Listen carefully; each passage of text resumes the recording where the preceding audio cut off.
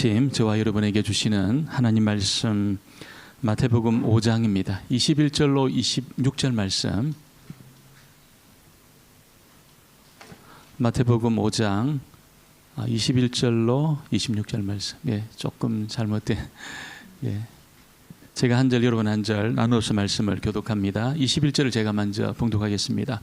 옛 사람에게 말한 바 살인하지 말라. 누구든지 살인하면 심판을 받게 되리라 하였다는 것을 너희가 들었으나 나는 형제에게 노하는 자마다 심판을 형제에 대하여 나가라 하는 자는 공회에 잡혀가게 되고 미련한 놈이라 하는 자는 지옥불에 들어가게 되리라. 그러므로 예물을 제단에 드리려다가 거기서 내 형제에게 원망 들을 만한 일이 있는 것이 생각나거든 예물을 제단 앞에 두고 먼저 가서 형제와 화목하고 그 후에 와서 예물을 드리라. 너를 고발하는 자와 함께 길에 있을 때에 급히 사과하라. 그 고발하는 자가 너를 재판관에게 내어주고 재판관이 옥리에게 내어주어 옥에 가둘까 염려하라. 진실로 내게 이르노니 내가 한 푼이라도 남김없이 다 갚기 전에는 결코 거기서 나오지 못하리라. 아멘. 우리 민사하겠습니다. 복된 자리 잘 오셨습니다. 주님의 음성이 들려지고 또 오늘 주의 임재를 경험하는 그런 복된 시간이 되기를 원합니다. 오늘 집사님도 기도하셨지만 이 대선이 얼마 남지 않았습니다. 며칠 안 남았습니다. 그래서 우리가 기도하고 지금 혼란한 이 우리 조국을 우리가 기도하면서 투표 잘해가지고 잘 세워지기를 소원합니다. 선거철이 되면 뭐 대통령뿐 아니고 국회의원들도 어떤 슬로건을 겁니다.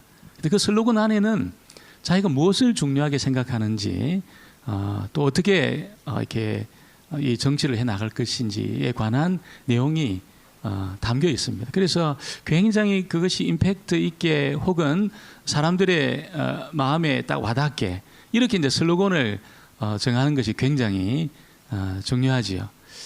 전에 1997년인가요? 그때 IMF가 터지고 굉장히 나라가 그렇게 혼란할 때 좀 연세가 있는 대통령이 준비된 대통령 뭐 그런 뜻으로 슬로건을 만들었습니다. 그때 이제 상대 진영에 있던 젊은 분은 뭐라고 했냐면 내가 젊으니까 젊은 한국을 만들겠다 그런 뜻으로 이제 슬로건을 냈습니다. 2007년도 제가 한번 보니까 그때는 뭔가 사업적으로 굉장히 성공한 그 후보가 아주 그냥 이 슬로건을 딱 와닿게 그렇게 적은 국민 여러분 성공하세요 이렇게 슬로건을 지었습니다. 그 상대 진영에 있던 후보는 가족이 행복한 나라 이렇게 조금은 좀 밋밋한 가족이 행복한 나라 이렇게 지었습니다. 근데 제가 생각할 때 가장 임팩트 있는 슬로건은 한 70년 전에 우리가 태어나기 전입니다. 한 70년 전에 1956년도에 뭐 삼선 개헌 뭐 이런 상당히 이제 그때도 정치적으로 혼란할 때 신익희라는 후보가 뭐라고 그렇게 슬로건을 냈냐면 못 살겠다 바꿔보자 이렇게 했습니다. 못 살겠다 바꿔보자 이렇게 현수막을 걸었습니다. 실제로. 그러니까 상대 진영에 있던 이승만 후보가 뭐라고 이렇게 됐냐면 갈아봤자 소용없다 이렇게 했습니다. 갈아봤자 소용없다. 실제로 여러분 못 살겠다 바꿔보자 한쪽 걸려있고 옆에는 갈아봤자 소용없다 이렇게 지었습니다. 정말 임팩트 있는 슬로건이라는 생각이 들었습니다. 여러분 사람들은 그런 슬로건 안에 나름대로 세상을 어떻게 바라보고 어떻게 분석하는지 사회적인 문제, 안보의 문제, 경제의 문제를 어떻게 할 것인지에 관한 내용을 압축적으로 거기에 담아 놓았다는 것입니다. 예수님도 오늘 보면 공생애를 시작하시면서 슬로건을 이렇게 현수막을 걸지는 않았지만 슬로건을 제시하면서 공생애 사역을 시작하셨습니다. 예수님이 거친 슬로건은 뭡니까? 나는 율법을 폐하러 온 자가 아니고 율법을 완성하러 왔다. 이렇게 슬로건을 걸었습니다. 왜 이렇게 그러셨을까요? 예수님이 슬로건을 걸으신 그 이유는 지금 이 유대 사회 안에 가장 심각한 문제는 무슨 경제적이라든지 로마의 어떤 압제라든지 이런 그들이 식민지 안에서 고통당하고 그게 아니고 있잖아요. 하나님의 말씀에 대한 잘못된 해석, 하나님 말씀을 잘못 해석하고 있다는 그것이 유대 사회의 문제라는 것을 예수님이 드러내시면서 나는 율법을 폐하러 온 자가 아니고 율법을 완성하러 온 자다, 이렇게 이제 선포하시면서 공생애를 시작하셨습니다.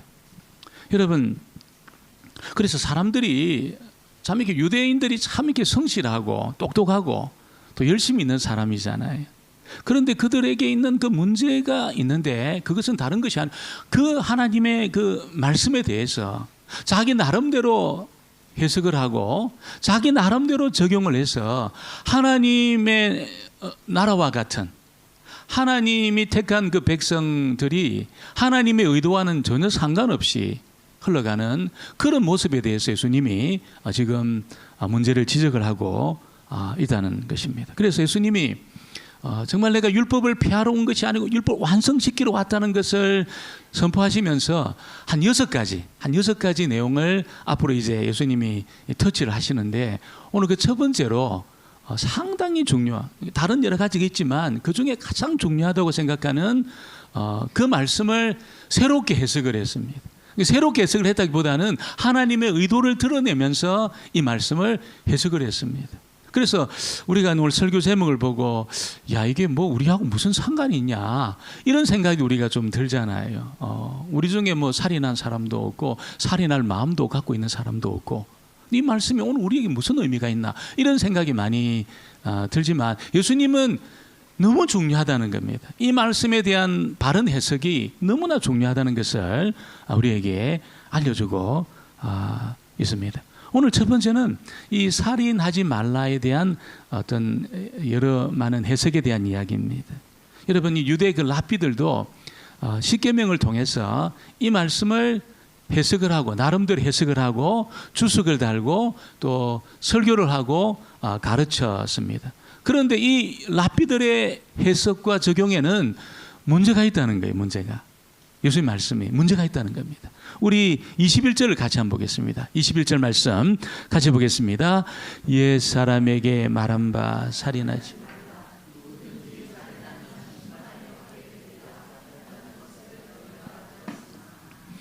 여러분, 이 랍비들의 문제가 뭡니까?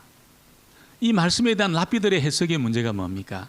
랍비들의 해석의 문제는 덧붙인 겁니다. 하나님의 그 말씀에 자기 생각을 이렇게 덧붙여 놨습니다. 덧붙일 때 나름대로 이 말씀을 더 좀 잘 적용을 시키려고 사실은 덧붙였는데, 예수님은 이 덧붙인 것이 굉장히 심각한 문제를 만들어냈다고 알려주고 있다는 것이. 랍비들이 덧붙인 내용이 뭡니까? 랍비들이 덧붙인 내용은 누구든지 살인하면 심판을 받게 된다, 이 문구를 덧붙인 겁니다. 우리가 생각할 때 살인하지 말라 이 말씀보다는 누구든지 살인하면 심판을 받게 된다, 재판을 받고 또 어떤 벌을 받게 된다, 이런 말을 구체적으로 덧붙이는 것이 이 말씀에 대해서 어떤 경각심을 갖게 된다고 생각이 들어요. 조금 더 구체적으로 덧붙여가지고 설명을 해주는 것이 살인하지 않게 하는 그런 이 방향으로 갈 수 있지 않나, 이런 생각이 듭니다. 아마 랍비들도 살인하지 말라 이 말씀 그것만 가지고는 좀 부족하니까 만일 살인하게 되면 반드시 법의 심판을 받게 된다, 이렇게 이제 추가를 한 거죠. 추가를 한 것입니다. 근데 이런 추가한 것이 우리 생각 좀 좋은 게 아니냐 생각이 들지만, 사실 추가한 것의 문제는 뭡니까? 이 추가한 것의 문제는 하나님의 의도를 오해하게 만든 겁니다. 하나님의 오해를 크게 오해하도록 만들었다는 것이에요. 여러분, 살인하지 말라 이 계명을 하나님이 주실 때 하나님의 어떤 의도가, 뜻이 거기에 담겨 있었습니다. 그게 뭡니까 여러분? 한 사람을 죽이는 것, 한 생명을 해치는 것은 한 생명을 해치는 것으로 끝나는 것이 아니라는 겁니다. 그 사람을 죽여버렸다고 해서 그 사람으로 끝나는 것이 아니고 그 사람에게 생명을 주시고 하나님의 형상을 주신 하나님께 대한 범죄가 된다는 그 말씀을 랍비들은 싹 빼버린 겁니다. 이것은 하나님께 대한 중범죄다. 하나님의 형상을 담지한 그 사람을 죽임으로 하나님께 대한 중범죄를 짓는 것이다. 이렇게 하나님은 하나님의 의도를 싹 뺀 겁니다. 어떻게? 우리가 법적으로만 처벌받으면 된다는 거죠. 법적으로만 이 문제에 대해서 어떤 인간적인 법정에서 이 문제를 처리하면 뭐 해결하면 된다. 이런 생각을 갖도록 했다는 것입니다. 그래서 발각되지 않는다든지 혹은 이게 뭐 좋은 변호사 써가지고 이 문제에서 무죄를 받으면 뭐 큰 문제 없다 이렇게 생각하는 겁니다. 실제로 미국에서 우리가 잘 아는 그 굉장히 유명한 그 미식 축구 선수가 있었습니다. 오제이 심슨이라는 사람이 있었습니다. 이 사람이 두 사람을 죽여요. 실제로 자기 아내와 아내의 정부를 실제로 죽여버려요. 그래서 이게 뭐 분명히 오제이 심슨이 죽였는데 오제이 심슨이 이제 그 상황을 이제 막 도망가가지고 막 그때 TV에도 막 생방송으로 도망가는 촬영 다 그렇게 추적하는 그런 게 있었습니다. 그런데 이 돈이 워낙 많아가지고 오제이 심슨이 어떤 뭘 하냐면 하버드 출신 이 변호사들 있잖아요. 이 사람들은 막 엄청 비싼 변호사를 샀습니다. 사가지고 이 문제를 이제 변호하게 했습니다. 그래서 이 똑똑한 사람들이 어떻게 했냐면 이거는 어떤 인종차별적인 그런 시각으로 지금 몰아가고 있는 거다. 이렇게 이제 자꾸 이야기를 해가지고 배심원들이 무죄 딱 그렇게 때린 겁니다. 그래가지고 이제 뭐 무죄, 국민들도 다 이 사람 죽였다는 것을 알지만 배심원들이 무죄다 이렇게 이제 해가지고 무죄로 이게 판정이 나버렸어요. 그래 나중에 몇십 년 살다가 이 사람이 이제 그냥 감옥에 안 갔지만 실제로 이제 뭐 병으로 이제 죽게 되는 그런 사건이 있었는데 여러분 이런 것입니다. 하나님께 대한 어떤 그 중범죄에 대한 내용은 싹 지워버리고 이게 어떤 법정에서의 어떤 그 문제로만 이 문제를 취급할 그런 위험이 있다는 것을 예수님이 드러내고 있다는 것이에요. 그러면서 예수님은 여러분 이 살인하지 말라. 만일 살인하게 되면 심판을 받게 된다. 요 말씀을 덧붙이면서 하나님이 이 말씀을 주신 그 의도, 인격적인 모독이라든지 어떤 그 사람을 어떤 멸시한다든지 그 사람이 어떤 명예를 훼손하는 이런 거는 큰 문제가 아니다. 이런 생각을 갖게 된 겁니다. 법적으로 어떤 사람을 죽이는 그 일만 내가 안 한다면 뭐 내가 그 사람을 분노해서 혹은 인격적인 살인을 한다든지 아니면 명예를 훼손한다든지 뭐 이렇게 뭐 죽이지는 않지만 어떤 신체적인 어떤 그런 상해를 입힌 그거는 뭐 큰 문제가 아니다. 이런 생각을 갖도록 그렇게 랍비들이 해석을 했다는 겁니다. 예수님 말씀을. 오늘 예수님이 이 살인하지 말라는 그 계명 속에는 살인만 하지 않으면 된다 그게 아니고 이 계명 안에는 다른 사람에 대한 미운 감정을 가지는 것 혹은 어떤 분노를 퍼붓는 것 혹은 어떤 인격적인 모독을 하는 것 이게 다 포함되어 있다는 겁니다. 이 계명 안에는 전부 포함되어 있다는 겁니다. 굉장히 확대해서 예수님은 해석을 한 겁니다. 22절 우리 같이 보겠습니다. 22절 말씀입니다. 나는 너희에게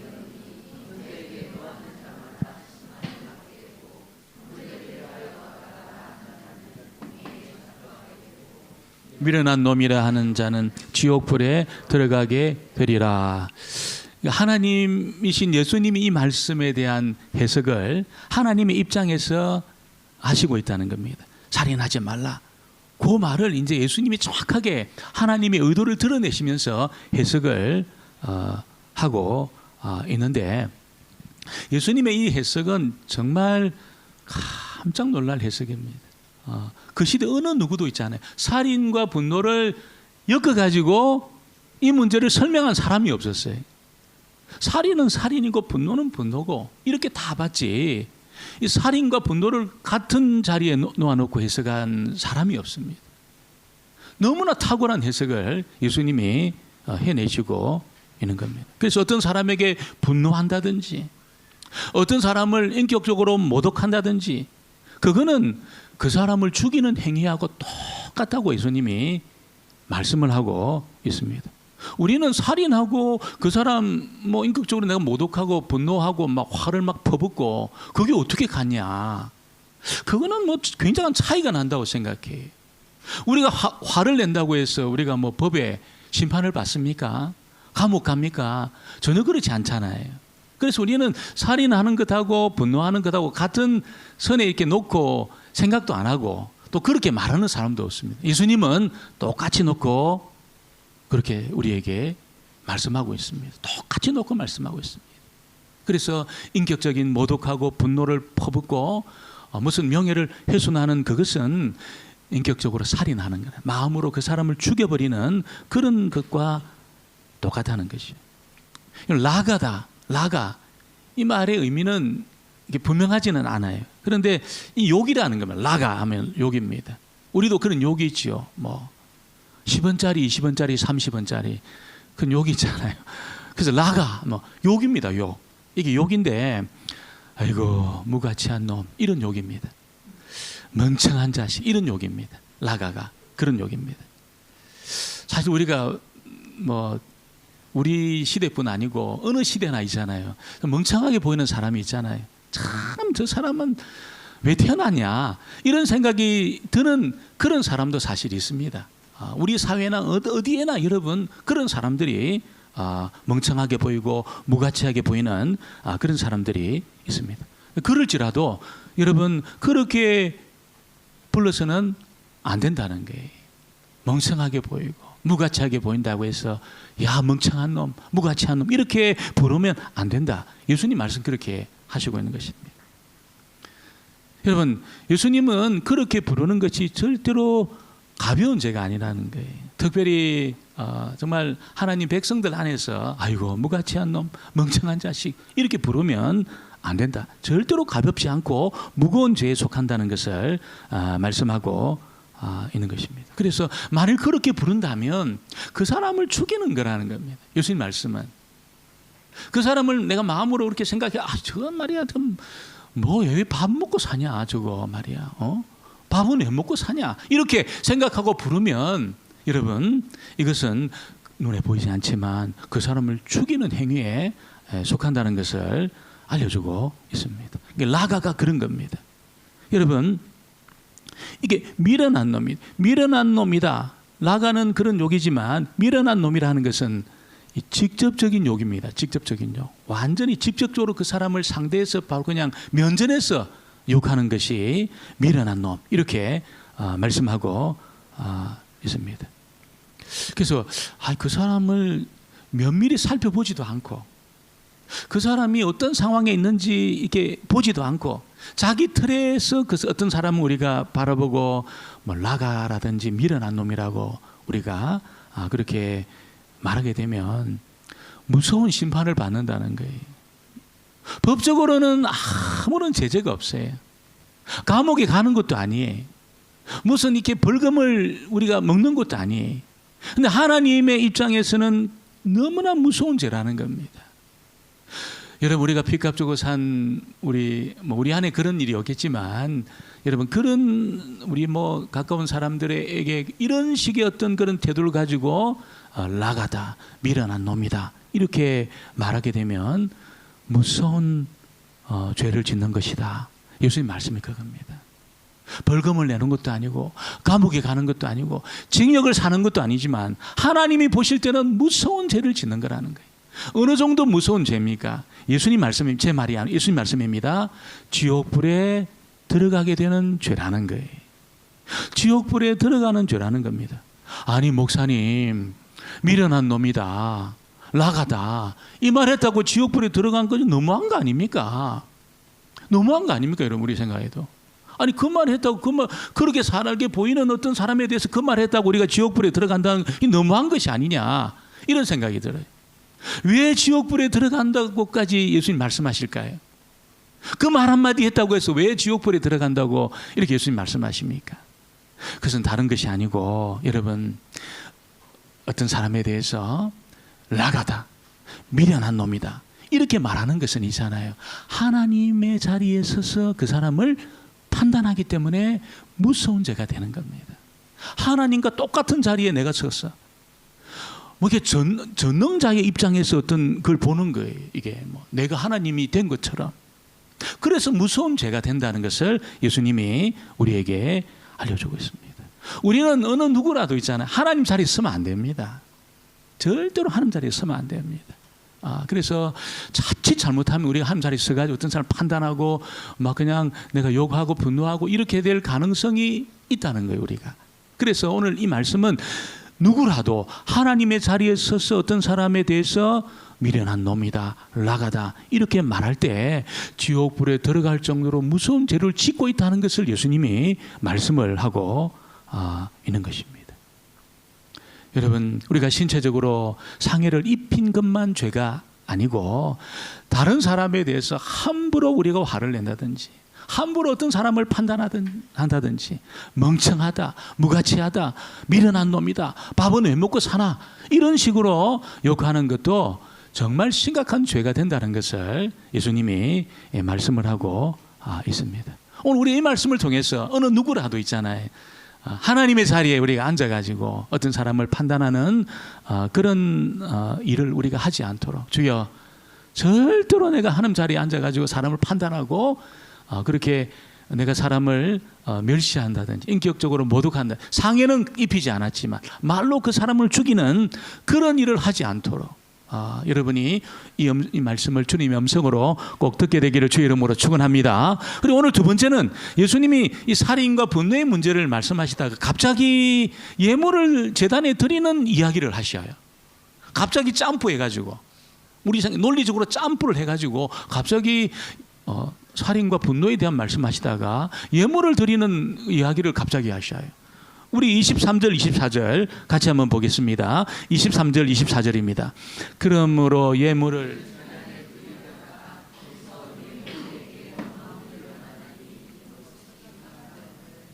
예물을 제단 앞에 두고 먼저 가서 형제와 화목하고 그 후에 와서 예물을 드리라. 지금 예수님이 예배 드리고 나서 내가 화해할 거냐, 예배 드리기 전에 내가 화해할 거냐, 이걸 지금 예수님이 말씀하고 있는 것은 아닙니다. 예배 드리기 전에 화해를 해야 되냐, 예배 드리고 나서 화해를 해야 되냐, 이걸 예수님이 말씀하시는 것은 아닙니다. 예수님이 무슨 말씀을 하시는 겁니까?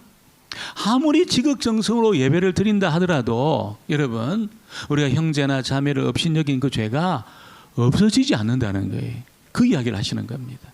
아무리 지극정성으로 내가 정성을 다해서 예배를 드려도 여러분 그 행위가, 예배 그 행위가 형제나 자매를 업신여기고 분노하고 인격적으로 살인한 그 죄가 소멸되지 않는다는 거예요.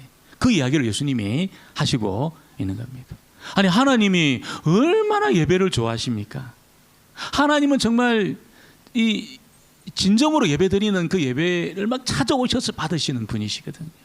그 마음을 다해서 드리는 그 예배를 너무 좋아하시는 그런 분이 하나님이시라는 겁니다. 그럼에도 예배를 안 받겠다는 거예요. 그런 인격적인 모독을 하고 내가 어떤 그 관계를 풀지 않고 내가 지극정성으로 하나님 앞에 나와서 제사를 드리고 예배를 드려도 여러분 그 죄가 여러분 이게 소멸되지 않는다는 것을 말씀을 하고 있는 것입니다. 그래서 어떤 업신여긴 그런 일이 생각이 난다면 먼저 형제나 자매를 찾아가서 화해할 것을 말씀을 하고 있습니다. 그렇게 하지 않으면 우리의 예배는, 우리의 예물은 위선적인 것이 된다는 것입니다. 오늘 예수님은 아무리 예배를 정성껏 드려도 형제를 업신여기고 그리고 무시한 이 죄를 무마시킬 수 없다. 그러나 예배를 드리다가 형제에게 잘못한 것이 생각이 나면 여러분 이 문제를 처리하고 예배를 드릴 때 하나님 예배를 기쁘시게 받겠다, 그 이야기를 하시고 있습니다. 그럼 어떻게 우리가 화해해야 되느냐, 어떻게 이 문제를 풀어야 되느냐, 이걸 이제 25절 26절에서 예수님 말씀하고 계셔요. 같이 볼까요? 25절 26절입니다. 너를 고발하는 자와 함께 길에 있을 때에 급히 사와라. 그 고발하는 자가 너를 재판관에게 내어주고 재판관이 옥리에게 내어주어 옥에 가둘까 염려하라. 진실로 너희에게 이르노니 내가 한 푼이라도 남김없이 다 갚기 전에는 결코 거기서 나오지 못하리라. 예수님 말씀은 이 신체적으로 감정적으로 여러분 어떤 피해를 입히고 명예나 재산에 손해를 끼쳐가지고 그 사람으로 하여금 크게 분노하도록 했다면 야 미안합니다 이렇게 말만 해서는 안 된다는 거예요. 말만 하면 미안합니다 정말 이렇게 말만 해서는 안 된다는 것을 예수님 말씀하고 있습니다. 어떻게 됩니까? 손해를 배상하라 이렇게 말합니다. 손해를 배상하라. 말도 하지만 내가 정말 미안합니다. 내가 당신을 분노하게 해서 미안합니다. 내가 당신의 인격을 멸시해서 미안합니다. 이 말과 더불어서 그 손해를 배상하라 이렇게 이야기를 합니다. 여러분 여기서 한 푼이라고 말하잖아요. 한 푼. 한 푼은 로마의 그 화폐 단위로 볼 때 가장 작은 고드란트, 드라크마보다 더 작습니다. 고드란트를 이야기합니다. 우리로 하면은 동전이죠. 동전 뭐 1원짜리 1원짜리 2원짜리 동전 예. 우리 홍콩 달러 1불 혹은 2불 1센트보다는 좀 큽니다. 고드란트가 조금 더 크고 한 1불 2불 정도 되는 그런 걸 겁니다. 그래서 가장 작은 고드란트를 이야기하는데 여러분 예수님 말씀하시는 것은 미리 내가 정말 잘못했구나 그럴 때 미안합니다와 더불어서 고드란트에 속하는 그런 작은 그런 단위일지라도 여러분 그것으로 이렇게 빨리 해결을 해야지. 나중에 막 감정이 격화돼 가지고 있잖아요. 그냥 막 분노가 막 그냥 불을 그냥 붙여 가지고 그렇게 되면 막 나중에 이게 막 문제가 커져 가지고 법적으로 막 고소하고 막 이런 문제가 생길 가능성이 굉장히 많습니다. 실제로 우리 홍콩에 있는 한인교회 어느 교회라고 말하진 않겠습니다. 한인교회 중에 한 교회가 아주 오래전입니다. 굉장히 오래전인데 이게 무슨 제가 볼 때 큰 문제가 아닌데 있잖아요. 이 문제 때문에 교회가 딱 둘러 갈라져 가지고 막 그냥 이게 막 상대방끼리 막 격화하면서 싸우기 시작했습니다. 그러다가 이 문제가 해결이 안 되니까 홍콩 법원에 이 문제를 가지고 간 거예요. 법원에 변호사 사고 막 그 변호사 비용 그 법 비용 어디서 나왔습니까? 전부 교회 헌금으로 한 겁니다. 전부 교회 헌금으로 있잖아요. 어마어마한 액수로 있잖아요. 그래 가지고 이 문제가 막 얼마나 이 한인 이 사회뿐 아니고 우리 홍콩 안에 있는 그 한인 교회들 안에 시끄러운 문제가 되었는지 모르요. 빨리 문제를 풀면 그 문제가 안 될 문제인데 큰 문제가 아니었거든요. 무슨 우리가 죽이고 살 이런 문제가 아니었어요. 생명과 관련한 일도 아니에요. 자존심에 관한 문제였습니다. 자존심에 관한 문제. 이걸 여러분 자꾸 키우다 보니까 막 이게 막 상대방끼리 막 붙어가지고 홍콩 법원까지 간 겁니다. 그래서 막 어마어마한 액수의 천문학적인 돈을 써가지고 뭐 그래서 막 문제도 풀린 것도 아니에요. 여러분 적은 돈으로 해결할 수 있을 때 빨리 이 문제를 풀게 되면 문제가 풀리는데 이걸 해결 안 되면 나중에 막 감정적으로 여러분 이게 막 악화되면서 법적으로 막 고소하게 되고 명예도 손상되게 되고 나중에 전부 다 책임져야 되는 그런 일이 오게 될 것이라는 것을 알려주고 있습니다. 예수님이 여러분 한 푼 이 고드란트에 대한 이야기를 한 것은 이 돈이라는 것이 우리 생각에는 아무것도 아니라고 생각할 수 있잖아요. 근데 돈이라는 것이 굉장히 중요합니다. 굉장히 중요한 역할을 합니다. 어디에? 사람들의 분노를 누그러뜨리는데 굉장히 중요한 역할을 합니다. 돈이, 재물이 역할을 합니다. 우리는 대체적으로 상대방에게 어떤 상처를 준 이후에 그냥 말로 싹 이렇게 떼우려고 할 때가 많잖아요. 미안합니다. 어깨 탁탁 두드리면서 미안합니다. 여러분, 예수님은 그렇게 하지 말고 작은 재정이라도 있잖아요. 그걸 써가지고 아주 작을지라도 진심을 담은 이 카드 써가지고 정말 내가 당신의 마음에 상처를 줬습니다. 미안합니다. 이렇게 여러분 물질적으로 그렇게 배상하는 것이 옳다는 거예요. 큰 돈이 아니어도 있잖아요. 작은 돈이라도 그렇게 작은 재물을 써서 뭐 작은 선물 무슨 뭐 초콜릿도 괜찮고 있잖아요. 뭐 케이크도 괜찮고 케이크도 괜찮고 뭐 이렇게 일본선 가가지고 그렇게 문구도 괜찮고 작아도 괜찮아요. 큰 게 한 푼이잖아요. 한 푼. 작은 것도 괜찮습니다. 그게 진심을 담은 그 마음, 글을 써서 미안합니다. 내가 정말 당신의 마음에 상처를 줬군요. 나를 용서해 달라고. 이렇게 하는 것이 맞다고 예수님이 우리에게 말씀을 하고 있는 것입니다. 그러면 여러분, 이걸 받은 사람은 어떻습니까? 희한합니다. 작가도 있잖아요. 마음을 담은 카드와 더불어서 작은 선물로 그렇게 여러분 자신의 그 잘못을 용서를 구할 때 이게 참 섭섭하고 참 이렇게 미워하는 그 감정이 싹 사라져요. 싹 사라져요. 미안합니다. 내가 어리석었습니다. 내가 정말 잘못했습니다. 이렇게 우리가 다가가기 시작하면 그 섭섭하고 미워하는 감정이 싹 사라져요. 그게 물질의 힘입니다. 물질의 힘. 물질의 힘입니다. 절대로 이것이 작은 것이 아니라는 것이죠. 오늘 예수님은 어떤 사람의 인격을 짓밟았다. 어떤 사람의 명예를 훼손했다. 이 사람을 죽인 것은 아니지만 죽인 것과 똑같은 죄를 범한 것이다. 이렇게 말씀을 하고 있습니다. 왜 이런 일을 합니까? 여러분이 분노의 문제가 해결이 안 됐기 때문에 그런 겁니다. 분노의 문제가 해결이 안 되니까 그냥 이게 막 나도 퍼붓게 되고 있잖아요. 그 퍼붓게 되면 상대방이 죽거든요. 그럼 어떻게 됩니까? 딱 다물고 이렇게 막 자기가 죽습니다. 이게 막 불에 대 가지고 있잖아요. 분노의 불에 대가 자기 죽어요. 죽어야 됩니다. 어떻게 됩니까? 여러분 사람으로서는 어려워요. 참 어려워요. 이게 사람으로서는 분노의 문제를 미움의 감정을 풀기가 너무나 어렵습니다. 클래식을 막 듣고 있잖아요. 명상을 하고 있잖아요. 인문학 책을 막 본다고 해서 이 분노의 문제가 사라지는 것이 절대로 아닙니다. 사라질 수가 없어요. 사라질 수가 없어요. 그 사람 풀 수 없는 문제 어떻게 됩니까? 분노의 모든 문제를 풀어내신 우리 예수님에게 가져가야 될 줄 믿습니다. 예수님 십자가 딱 지시면서 있잖아요.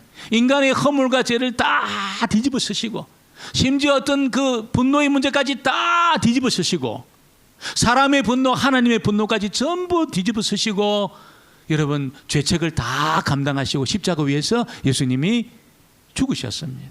딱 죽으셨어요. 그래서 우리가 주님 앞에 나갔어. 예수님, 내 힘으로는 이 문제 해결할 수 없습니다. 나를 불쌍히 여겨주세요. 이렇게 주님 앞에 이 문제를 딱 가지고 나갈 때 사람의 분노의 불이 싹 꺼지게 됩니다. 꺼지게 됩니다. 그리고 내가 용서를 구할 마음이 생깁니다. 그리고 나에게 잘못한 그 사람에 대해서 용서할 마음이 생깁니다. 그래야 문제가 이게 풀리게 되는 겁니다. 오늘 저와 여러분이 내가 이 문제를 해결하려고 몸부림치지 마시고 일단 주님 앞에 이 문제를 가지고 나가셨어. 사람의 분노와 하나님의 분노까지 다 해결해 주신 예수님 앞에 이 문제를 내 속에 있는 그 용서하지 못하고 혹은 내가 혹시 잘못한 그 일에 대해서 전부 내려놓으면서 이 불이 싹 꺼지고 있잖아요. 내가 용서를 구한다든지 아니면 용서해 준다든지 일이 일어남으로 말미암아 내 생에 정말 하나님의 큰 평화가 임하는 그런 저와 여러분의 삶이 되어지기를 주의 이름으로 축원합니다. 기도하겠습니다. 하나님 아버지, 저희들은 하나님 말씀을 온전히 이해하지 못하고 우리 입장에서 하나님 말씀을 해석하고 적용할 때가 얼마나 많은지 모릅니다. 아버지, 오늘 예수님께서 하나님이 주신 이 말씀에 대해서 하나님의 관점으로 우리에게 이 말씀을 들려주시니 감사합니다. 정말 우리의 힘과 우리의 경험과 우리의 가진 것으로는 아버지 이 분노의 문제도 풀 수 없고 용서도 우리가 할 수 없고 또 우리는 정말 미워하는 이 문제를 끝까지 우리가 가져갈 수밖에 없는 어리석고 둔한 그런 사람에 불과합니다. 아버지 주님 앞에 이 문제를 가져가게 하시고 십자가 위에서의 모든 문제를 풀어내신 하나님의 은혜가 우리 속에 역사함으로 또 작동함으로 우리가 용서를 구하고 또 용서하는 이 일이 실제로 우리 모임 안에 일어날 수 있도록 복의 복을 더하여 주옵소서. 예수님의 이름으로 기도합니다.